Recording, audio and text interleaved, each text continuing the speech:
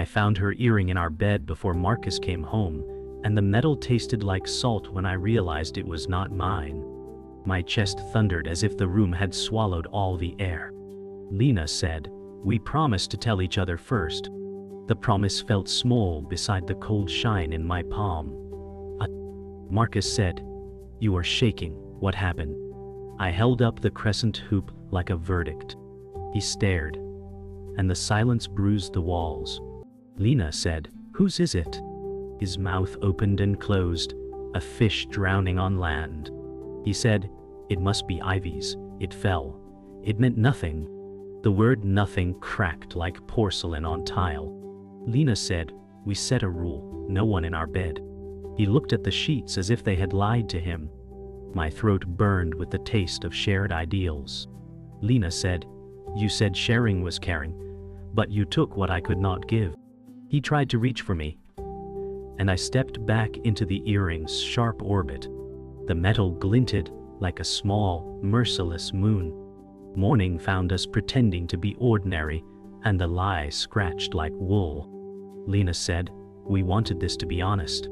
The kettle hissed, and Marcus stared at steam like it could answer me. He said, "We set rules because rules save us." I remembered the night we wrote them on a napkin at a diner. Lena said, "No sleepovers, no secrets, no favorites." He nodded, but his eyes were somewhere that was not the kitchen. I touched the chipped mug I always use when afraid. The chip felt like a coastline I could not map. Lena said, "You could have told me before the bedsheet spoke first." He winced and looked at my hands. He said, "I thought I could handle the overlap." The word overlap made my throat salt and sore. Lena said, "You overlapped my trust." Silence took a seat between us, heavy and impolite. Outside, garbage trucks clattered like broken rhythm. We met Ivy at a gallery where everything looked fragile and expensive. Lena said, "You introduced her as a friend of a friend." Marcus laughed then, easy and bright. He said, "She knows the curator. You will like her." Ivy drifted toward a photograph of rain, trapped in glass. Ivy said, "It feels like the sky is learning to keep secrets." I watched Marcus watch her. His smile tilted, a fraction too soft. Lena said, "We agreed we would talk after. Set pace, check pulse." He nodded, but his body leaned as if gravity had changed. Ivy said, "You both seem kind. I do not want to ruin a thing." I wanted to believe her voice. My feet ached from standing in new shoes, and the floor felt like thin ice. Lena said, "We can be kind and careful." In the reflection, 3 strangers tried to look whole. We drafted our rules like a treaty over fries and lukewarm coffee. Lena said, "We will name our fears before they name us." Marcus tapped the pen, counting boundaries like beads. He said, "No one in our bed, no double bookings, always debrief." I underlined debrief twice, until the napkin tore. Ivy said, "I do not want to be a secret or a weapon." The diner buzzed with neon fatigue and clatter. Lena said, "We will protect each other first." Marcus nodded, and the nod felt like a handshake with fate. Ivy said, "If it hurts, we slow down. If it breaks, we stop." The waitress smiled like she had seen every version of us before. Lena said, "This can be generous." My voice trembled, but hope dared me to keep it steady. We folded the napkin like a flag we hoped not to burn. The first week felt like balancing on bright wire. Lena said, "Text me when you are on your way home." Marcus replied with tidy updates and emojis that tried too hard. Ivy said, "Tell me if I am taking too much space." I measured my breath between their messages. A clock on the wall clicked like an insect. Lena said, "I can do hard things if I can see them." I could not see inside his pauses. Marcus said, "It is fine. Everyone is fine." The word fine frayed every time it left his phone. Ivy said, "I want to be wanted, not borrowed." The room tilted and I anchored myself to routine. Lena said, "I will cook, I will run, I will sleep." But sleep turned into a thin sheet of ice, and dreams kept cracking under steps I did not take. We tried to build comfort out of calendars and promises, but control slipped through small cracks. Lena said, "Let's schedule nights so no one is left guessing." Marcus agreed, but his smile was stiff, a mask for impatience. Ivy said, "I want to be part of the plan, not the accident." Her words landed heavy, heavier than coffee cups on the table. I nodded and wrote dates like vows, but my pen felt too thin for the weight. Lena said, "If we plan, then no one feels less." The sentence tasted like hope and fear woven together. Marcus said, "I will follow, just make it simple." He sounded like someone rehearsing faith. Ivy leaned back, her gaze sharp but soft at the edges. Lena said, "We can try." The word try sat between us, fragile as porcelain. At first, dinners together felt like rituals to prove we could belong. Lena said, "This is what I imagined. Us laughing. No walls."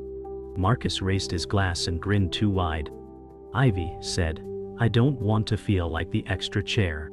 I cut vegetables, pretending the knife could slice tension.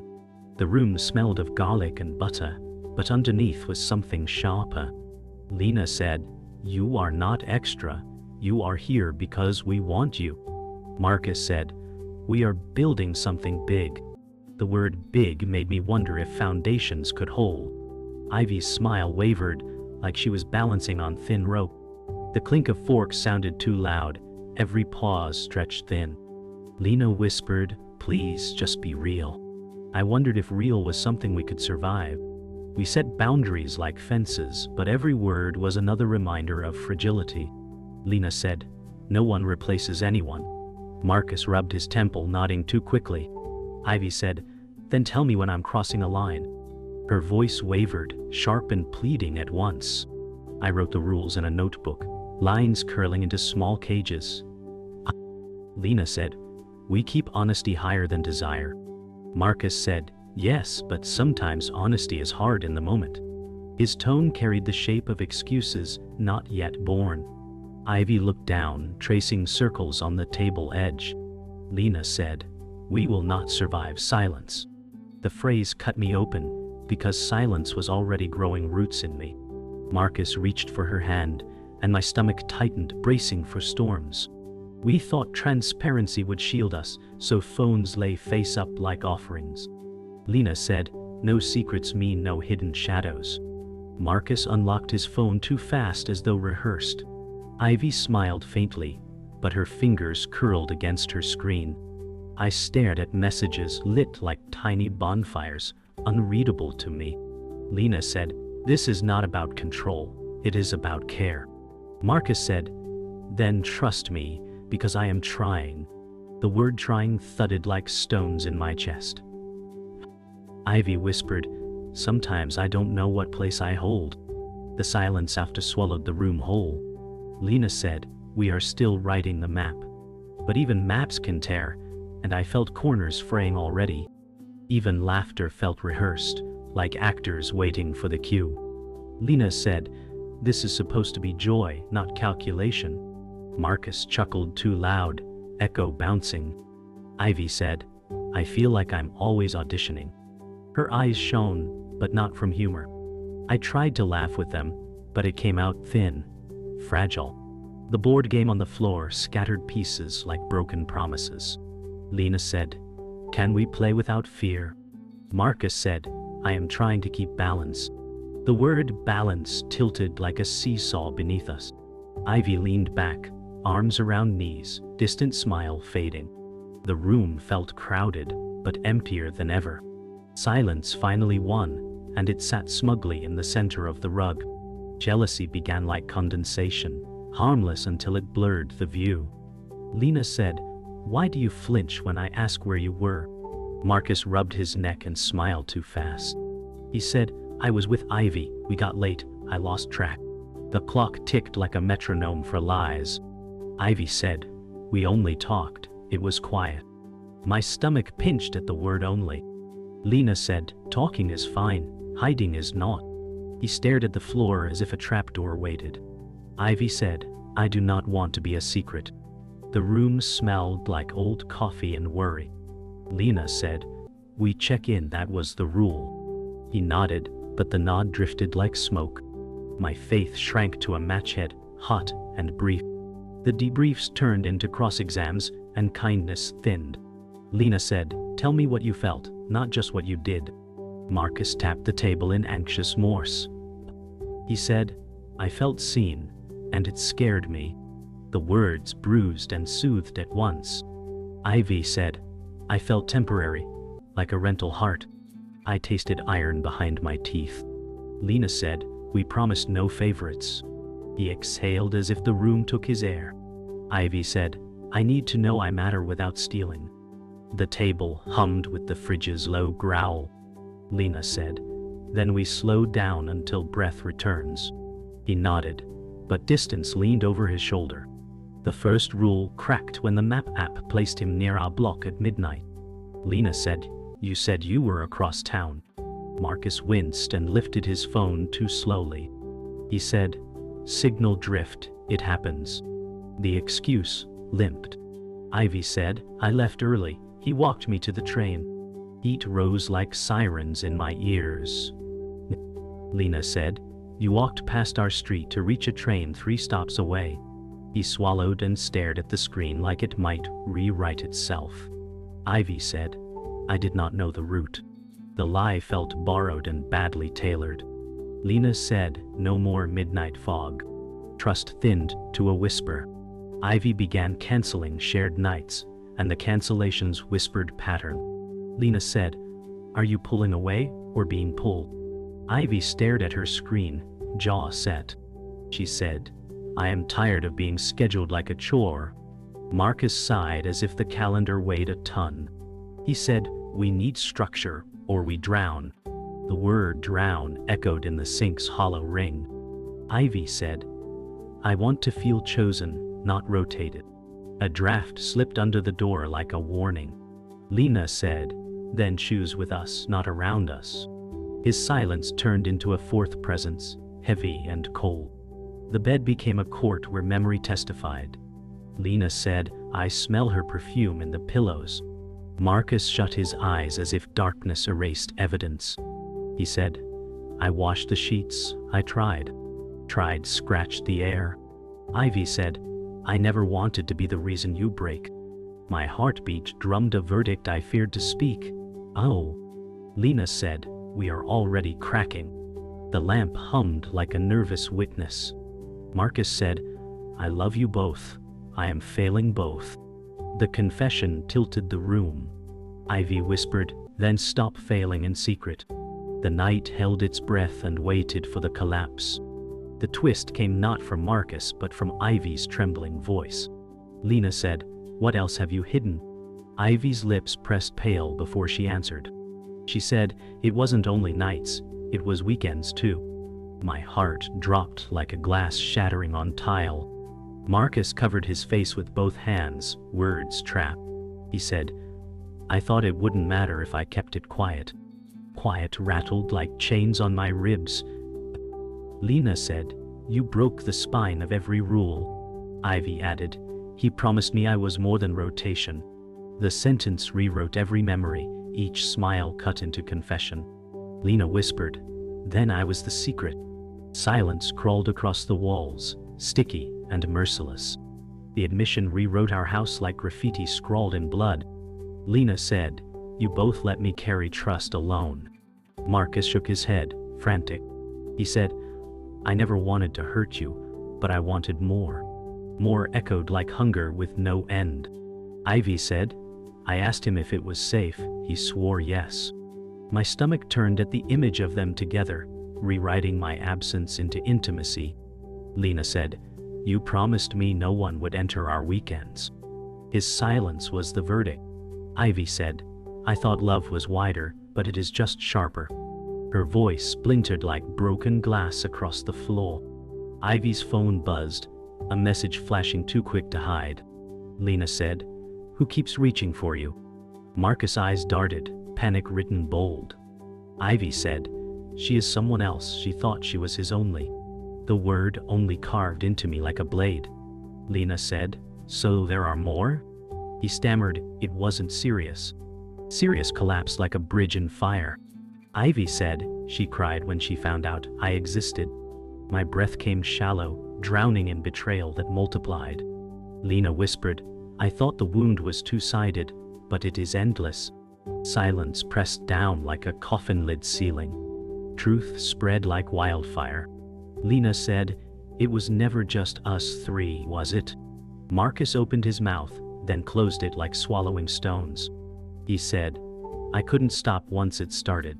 The admission burned worse than lies.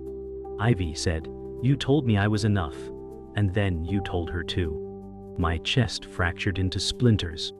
Lena said, every promise you made was borrowed time. His silence howled, louder than confession. Ivy's tears glistened under the dim lamp. She said, you broke us all to feel whole. The words were knives dressed as prayers. The twist snapped every thread we tied. Lena said, you turned our love into a performance, and I never agreed to be an audience. Marcus whispered, I am sorry, but sorry cracked apart, weightless. Ivy said, you wanted infinity but left us in pieces. My throat burned with words unsaid, fear and fury colliding. Lena said, I was never sharing, I was surrendering without knowing. Silence bent the room, iron heavy. Marcus dropped his gaze, a man shrinking into shadow. Ivy's hands trembled against her lap. Lena whispered, you broke us and you do not even know how deep. The confrontation became wildfire, burning every corner of the room. Lena said, you shattered every vow, every line we swore to keep. Marcus raised his voice, ragged. I was drowning. I needed to feel alive. His words scraped like glass. Ivy said, alive at whose expense? The walls trembled with their anger, and my chest felt caged. Lena said, you love the chaos more than the truth. He slammed his fist against the table, the sound like a gavel. Ivy whispered, you used me to lie prettier. The air was thick with heat and grief, no space left to breathe. Voices climbed, raw and jagged. Lena said, you don't love us, you love control slipping. Marcus shouted, I love both of you, I swear it. The words cracked under their own weight. Ivy said, love without respect is poison. The word poison hung thick, sharp as smoke. Lena's chest heaved, eyes glistening with rage and grief. Marcus said, I can fix this. Fix was hollow, a promise made of ash. Ivy pressed palms to her temples, whispering, you never listened, you only took. The storm inside matched the storm outside, thunder rattling windows. The climax broke me open, and silence no longer shielded me. Lena said, tell me the truth even if it ends us. Marcus stammered, I don't know how to stop. His voice cracked into boyhood. Ivy said, you didn't stop because you never wanted to. My breath trembled, every inhale fire. Lena shouted, I gave you freedom, you built a cage. His eyes darted, guilt spilling with sweat. Ivy said, you never chose, you consumed. The words landed like knives in the dark. Lena whispered, we are unrecognizable now. My throat closed, grief burning like smoke rising. The storm of words turned into ultimatums, sharp and final. Lena said, choose us or leave. Marcus collapsed into chair, sobbing, I cannot lose either. Ivy's voice cracked, you already lost me the day you lied. His hands trembled, face buried in palms. Lena said, I will not beg to be respected. Silence swallowed the last fragments of hope. Marcus said, I need time. Time felt like a cruel joke, too late to save what drowned.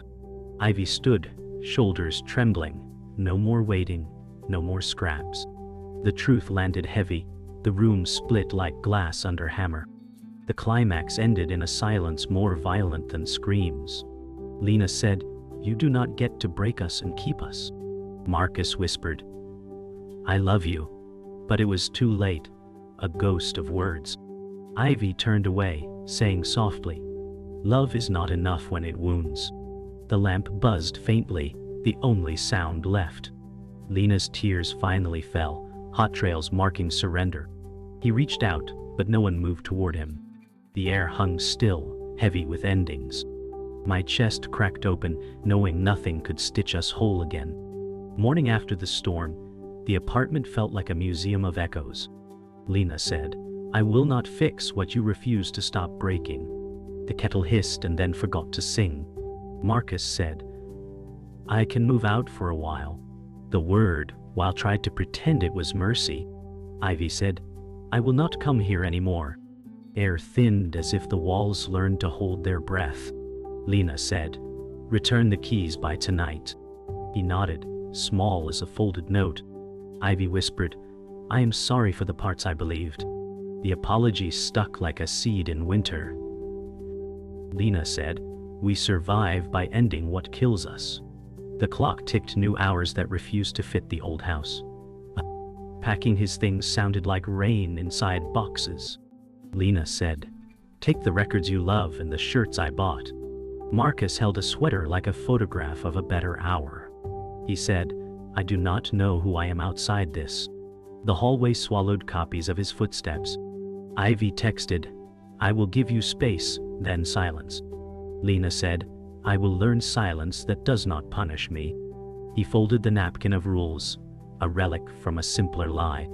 Lena said, "Leave the spare keys on the hook." He placed them down as if releasing a bird. The door closed without drama, and yet it thundered through my ribs. Quiet arrived and did not apologize. Night bled into a week, and grief learned my routines. Lena said, "Eat, run, sleep, repeat." I cooked for one, and the pan felt enormous. Marcus sent a message saying, "Therapy starts Tuesday." The word starts felt like a match in rain. Ivy wrote, "I am letting you go where I cannot follow." Letting felt like a door propped open to an empty street. "I need you one day with my top stand." Lena said, "I will not visit our ghosts tonight."